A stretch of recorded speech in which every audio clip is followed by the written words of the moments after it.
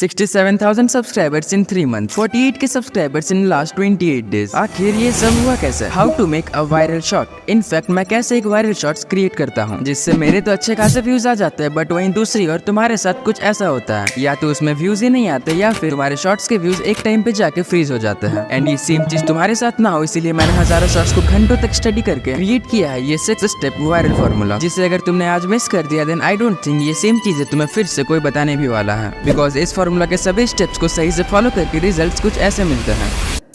And ये 5th formula इतना important है कि इसके बिना तुम व्यूज तो ले आओगे बट लोग तुम्हें सब्सक्राइब भी नहीं करने वाले, चाहे तुम्हारा कंटेंट कितना भी अच्छा क्यों ना हो। मुझे इस फॉर्मूला पे इतना भरोसा इसीलिए है बिकॉज इस फॉर्मूला का फर्स्ट स्टेप है नोइंग द एल्गोरिदम। आखिर ये शॉर्ट्स एल्गोरिदम वर्क कैसे करता है, बिकॉज ये तो तुम्हें पता ही होगा कि लॉन्ग फॉर्म वीडियोस के कंपैरिजन में शॉर्ट्स एल्गोरिदम काफी डिफरेंटली वर्क करता है। एंड ये खुद यूट्यूब शॉर्ट्स के मैनेजर ने कंफर्म भी किया है। We do different things in short form because it is a different format. तुम एल्गोरिदम को इस एग्जांपल से समझो। लेट्स से तुम घर पे अकेले हो एंड तुम्हें मन किया बैगन का भरता खाने का, बट प्रॉब्लम ये है कि तुम्हें बैगन का भरता बनाना आता ही नहीं है, जबकि बैगन का भरता बनाने के लिए घर में बैगन भी है।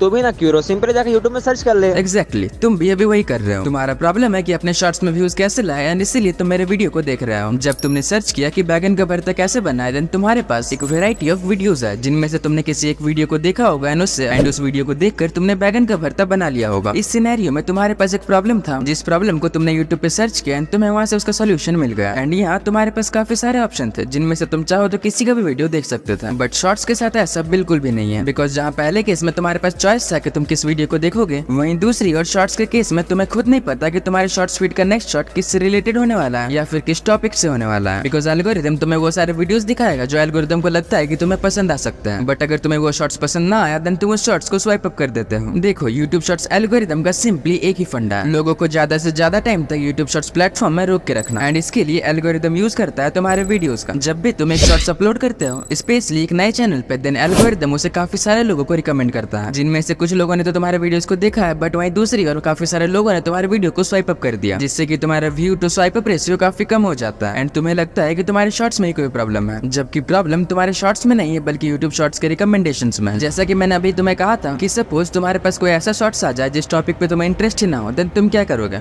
ऑब्वियसली तुम स्वाइप अप कर दोगे। देखो इनिशियल फेजेस में एल्गोरिदम तुम्हारे चैनल के लिए कोर ऑडियंस फाइंड कर रहा होता है जो कि तुम्हारे वीडियोस को देखने में इंटरेस्टेड हो। सपोज यूट्यूब एल्गोरिदम ने तुम्हारे वीडियो को 100 लोगों को रिकमेंड किया, जिसमें से 10 लोगों ने तुम्हारे शॉर्ट्स को देखा, बाकी 90 लोगों ने स्वाइप अप कर दिया। देन अगली बार जब तुम शॉर्ट्स अपलोड करोगे देन सबसे पहले वो शॉर्ट्स तुम्हारे उन 10 लोगों को रिकमेंड होगा जिसने तुम्हारे पहले वीडियो को देखा। एंड ऐसे ही करके यूट्यूब डिसाइड करता है तुम्हारे चैनल के लिए एक परफेक्ट ऑडियंस। इसीलिए तुम्हें कभी भी अपने कंटेंट को बार बार चेंज नहीं करना चाहिए एंड उन कीवर्ड्स का यूज नहीं करना चाहिए जो तुम्हारे टॉपिक से रिलेटेड है ही नहीं, बिकॉज एल्गोरिदम कुछ और नहीं बल्कि ऑडियंस ही है। अगर तुम्हें ऑडियंस को हुक करना आ गया देन एल्गोरिदम तुम्हारे मुट्ठी में होगा, बिकॉज एल्गोरिदम कंप्लीटली ऑप्टिमाइज्ड है ऑडियंस के लिए।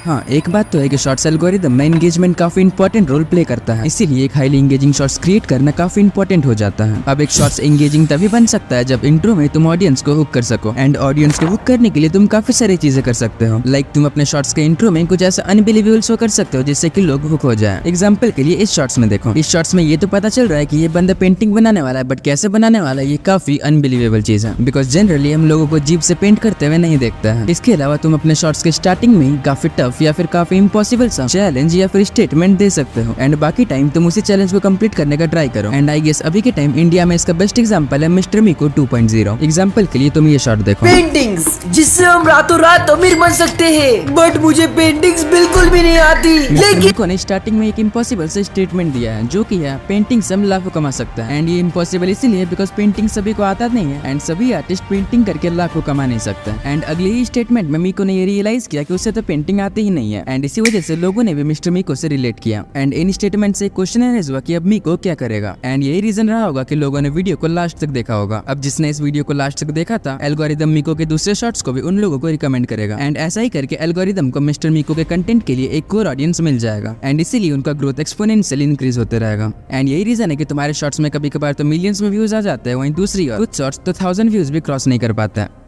मैं क्या करूं, मैं तो मिस्टर मीको की जैसा वीडियो भी नहीं ना बनाता। तुम इस केस में भी काफी सारी चीजें कर सकते हो, लाइक तुम कुछ रिलेटेबल बनाओ एंड आई गेस अभी के टाइम में इसका बेस्ट एग्जांपल होगा राज ग्रोवर।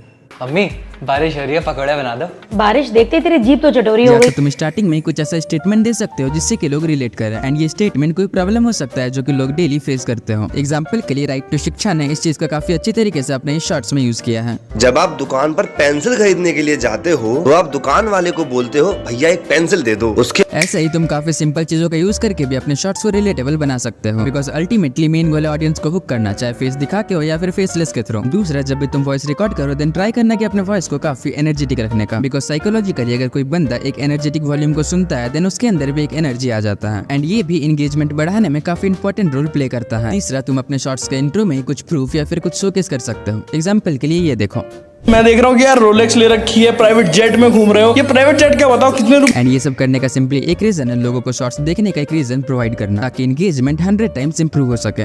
भाई लोग तो मेरी वीडियो का इंट्रो ही स्किप कर देते हैं। इसका भी काफी सिंपल सा सॉल्यूशन है, तुम अपने शॉर्ट्स के स्टार्टिंग में ही एक ना एक साउंड इफेक्ट जरूर यूज करना। अगर तुम्हारे पास साउंड इफेक्ट नहीं है देन डिस्क्रिप्शन में तुम्हें लिंक मिल जाएगा।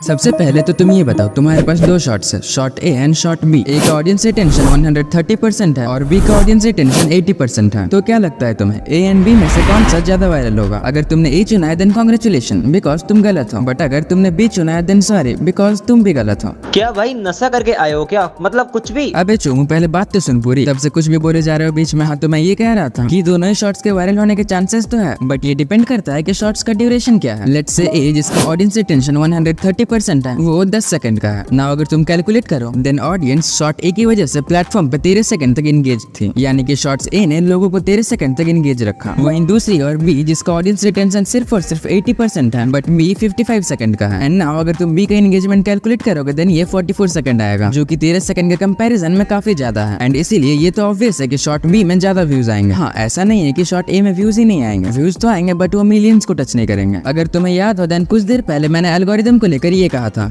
देखो, YouTube शॉर्ट्स एल्गोरिदम का सिंपली एक ही फंडा है, लोगों को ज्यादा से ज्यादा टाइम तक YouTube शॉर्ट्स प्लेटफॉर्म में रोक के रखना। एंड इसके लिए एल्गोरिदम यूज करता है तुम्हारे एंड यही रीजन है कि एंटरटेनमेंट कॉमेडी कैटेगरी में इतने ज्यादा व्यूज आते हैं, बिकॉज पहला तो इस नीच के वीडियोस काफी लंबे होते हैं, आई मीन मोस्टली 40 सेकंड से ऊपर ही होता है, एंड इनका ऑडियंस रिटेंशन भी काफी अच्छा होता है। चलो फिर समझ गया, अब मैं भी कल से लंबे लंबे शॉर्ट्स अपलोड करूंगा। अरे चोमू, तुम भूल कर भी ये मत करना, अगर जो तुम्हारा टॉपिक है या फिर जो तुम लोगों को बताना या फिर दिखाना चाहते हो वो अगर 10 सेकंड में हो जाता है देन तुम्हें उस 10 सेकंड को जबरदस्ती लंबा करने की कोई जरूरत नहीं है। एंड अगर तुम्हें लंबे ड्यूरेशन का शॉर्ट्स बनाना ही है देन तुम तभी बनाना जब तुम लोगों को उतने टाइम तक एंगेज रख पाओ, बट अगर तुम चाहो देन तुम स्टार्टिंग 17 to 25 सेकंड के शॉर्ट्स बनाकर कर सकते हो। एंड एक बात याद रखना कि अगर तुम लोगों को एंगेज ना कर पाए देन उस केस में एक 10 सेकंड का शॉर्ट्स काफी बेटर परफॉर्म करेगा एक 40 सेकंड के शॉर्ट्स के कंपैरिजन में। अगर मैं तुमसे एक क्वेश्चन पूछूं, क्या किसी भी शॉर्ट्स को वायरल करने के लिए हैशटैग्स इंपॉर्टेंट होता है या फिर नहीं, देन तुम में से मोस्ट ऑफ द लोगों का आंसर होगा यस, हैशटैग्स इंपॉर्टेंट है, बट तुम पूरी तरीके से बिल्कुल भी सही नहीं हो। Do hashtags matter on shorts? And it's like, are they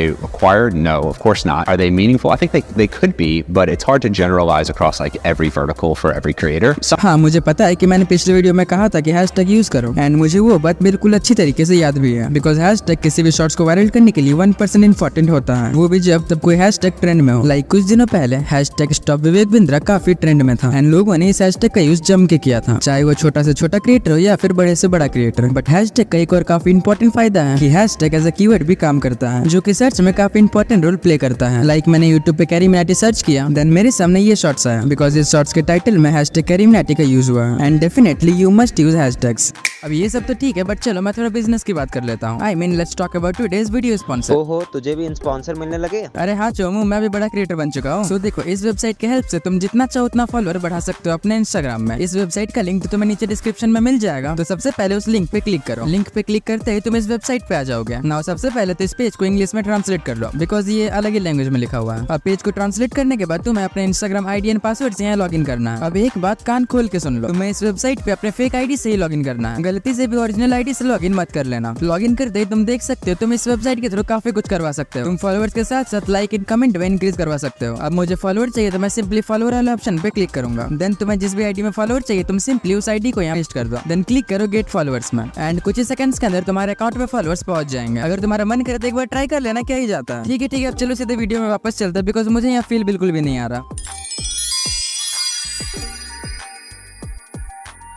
सबसे पहले तो तुम इस वीडियो को देखो। इस वीडियो पे 20 मिलियन प्लस व्यूज हैं, जिससे चैनल ने गेन किए 33,000 प्लस सब्सक्राइबर्स। अब अगर ये डेटा तुम्हें काफी ज्यादा लग रहा हो देन तुम ये देखो, इस वीडियो पे 1.9 मिलियन व्यूज, पिछले वीडियो से लगभग 10 टाइम्स कम व्यूज है इस पे। सो अगर टेक्निकली देखा जाए देन इस वीडियो ने पिछले वीडियो के कंपैरिजन में कम सब्सक्राइबर गेन किया होगा, बट ऐसा बिल्कुल भी नहीं है। सिर्फ 1.9 मिलियन व्यूज होने के बावजूद भी इस वीडियो ने गेन किए 44K प्लस सब्सक्राइबर्स। एंड इतने ज्यादा डिफरेंस के पीछे सिर्फ एक ही रीजन है। याद करो मैंने इंट्रो में क्या कहा था। एंड ये 5th फार्मूला इतना इंपॉर्टेंट है कि इसके बिना तुम व्यूज तो ले आओगे बट लोग तुम्हें सब्सक्राइब ही नहीं करने वाले, चाहे तुम्हारा कंटेंट कितना भी अच्छा क्यों ना हो। एंड ये स्टेप नंबर 5 कुछ और नहीं बल्कि एक कॉल टू एक्शन। मतलब लोग सब्सक्राइब नहीं करेंगे, मतलब कुछ भी भाई। अच्छा चुमो, तुमने तो अभी गैस में दूध चढ़ाया था ना उबलने के लिए, तो तुमने गैस तो ऑफ कर ही दिया होगा। अरे मैं तो भूल गया, रुको अभी करता हूँ। कॉल टू एक्शन भी कुछ ऐसा ही काम करता है। जब तक तुम लोगों को याद नहीं दिलाओगे कि उन्हें चैनल को सब्सक्राइब भी करना है, देन भूल जाओ कि कोई तुम्हारे चैनल को सब्सक्राइब भी करने वाला। तो चलो मैं सबसे पहले इसे यूज करने का तुम्हें सही तरीका बताता हूँ। पहला, तुम अपने शॉर्ट्स में एक एनिमेटेड सब्सक्राइब बटन ऐड कर सकते हो, जो कि हर वक्त तुम्हारे शॉर्ट्स में शो होगा। एग्जाम्पल तुम्हें स्क्रीन पे दिख ही रहा होगा। एंड जब तुम इसका यूज करोगे देन लोगों का अटेंशन तुम्हारे सब्सक्राइब बटन पे जाएगा एंड लोग सब्सक्राइब करेंगे। एटलीस्ट उन्हें ये तो याद आएगा कि उन्हें चैनल को सब्सक्राइब भी करना है, बट लोग सब्सक्राइब तभी करेंगे जब तुम्हारा कंटेंट एक्चुअल में अच्छा हो। दूसरा, तुम लोगों को एक रीजन दे सकते हो ताकि लोग तुम्हारे चैनल को सब्सक्राइब करें। लाइक तुमको एक माइलस्टोन सेट कर सकते हो कि अगर मेरे चैनल पे 1K सब्सक्राइबर होगा देन मैं ये करके दिखाऊंगा। या फिर तुम एक शॉर्ट सीरीज स्टार्ट कर सकते हो। लाइक तुमने आज पार्ट 1 अपलोड किया एंड लास्ट में तुमने लिख दिया सब्सक्राइब फॉर पार्ट 2, देन लोग जरूर सब्सक्राइब करेंगे। तीसरा, तुम कभी भी कॉल टू एक्शन का यूज शॉर्ट्स के स्टार्टिंग में बिल्कुल मत करना, बिकॉज ऐसा करने से लोग तुम्हारे शॉर्ट्स को स्वाइप अप कर देंगे, जो कि हमें बिल्कुल भी नहीं चाहिए। And call to action use करने का राइट प्लेस होता है वीडियो के एंड में। एंड वीडियो के एंड में तुम जैसे लोगों को सब्सक्राइब करने के लिए बोलोगे देन पॉसिबल है कि काफी सारे लोग स्वाइप अप कर देंगे। एंड इसकी वजह से तुम्हारा ऑडियंस रिटेंशन ग्राफ कुछ ऐसा हो जाएगा। जैसे तुम सब्सक्राइब करने के लिए बोलोगे तुम्हारा ऑडियंस रिटेंशन ग्राफ काफी गिर जाएगा। बट इससे तुम्हें घबराना बिल्कुल भी नहीं है कि तुम्हारा एंगेजमेंट कम हो गया, बिकॉज इस पॉइंट पे आते आते ऑलरेडी तुम्हारे वीडियो ने 70 to 90% एंगेजमेंट गेन कर लिया है। एंड इस टाइम पॉइंट तक तुम्हारे साथ सिर्फ वही लोग हैं जिन्हें इस टाइप की वीडियोस देखना पसंद है। एंड इसीलिए चांसेस भी काफी हाई हो जाते हैं कि वो लोग चैनल को सब्सक्राइब भी करेंगे। बट अगर तुम्हारा वीडियो एंगेजिंग हुआ ही नहीं तब तो लोग वीडियो के स्टार्टिंग में वीडियो को स्वाइप अप कर देंगे। एंड इसलिए ट्राई करो तुम अपने वीडियोस में कुछ ऐसा करो ताकि लोग तुम्हारे वीडियो को लास्ट तक देखें। भाई ये सब तो ठीक है, बट मेरा वीडियो एंगेजिंग कैसे बनेगा? क्या मतलब तुमने स्टेप नंबर 2 को स्किप कर दिया? एंड अगर तुमने स्टेप नंबर 2 जो कि था एंगेजमेंट उसे स्किप कर दिया देन जाके उसे अभी के अभी देखो, बिकॉज उसके बिना तो ये वर्क ही नहीं करने वाला। इसके अलावा एक क्वेश्चन तुम्हारे दिमाग में काफी ज्यादा आता होगा, एक दिन में हमें कितने शॉर्ट्स अपलोड करने चाहिए? क्या हमें क्वालिटी में ध्यान देना चाहिए या फिर क्वांटिटी में?